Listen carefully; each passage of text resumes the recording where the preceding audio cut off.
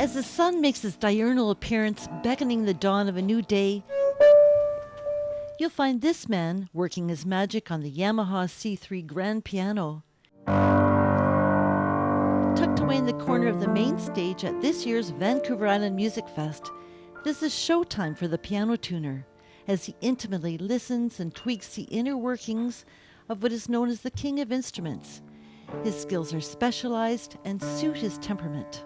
Every piano tuner has got to be slightly obsessive because I think of it as a customer, and MusicFest is a customer. They want you to be fussy. They want it to sound right, so you can indulge yourself. I mean, this is great, you know. How many jobs do you have where your boss says, just go ahead, make it the way you want to make it? I like that aspect of it, is that it indulges your desire to be fussy about something.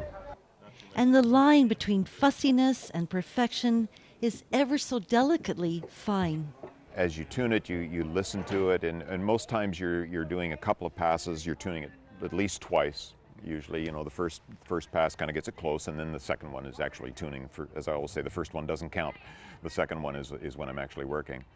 And you want it to, no, I'm not a perfectionist, but so you've got to know when to stop, but you've also got to know when it's right. Carl Rusing puts the piano through its paces just minutes before performing with La Riviere Septet. Every piano is completely different, and so playing it a little bit really helps to get used to the instrument, because you know, every other instrumentalist, aside from perhaps drummers, bring their own instrument, so they're intimately comfortable with it.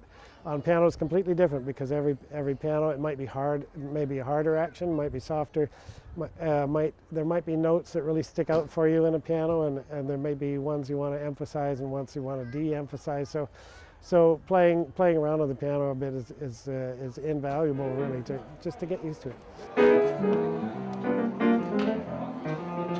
Wooden instruments respond to how you play them, and they just don't sound right. So we're finally at the point where we can have one on stage, and it takes up a lot of real estate, you know, and it has to be tuned constantly, but it's sure worth it.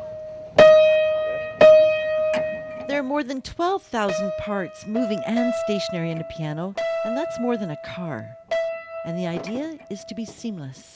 I heard a description that the piano tuner's job was to make the piano invisible, so that there was nothing between the artist and the music.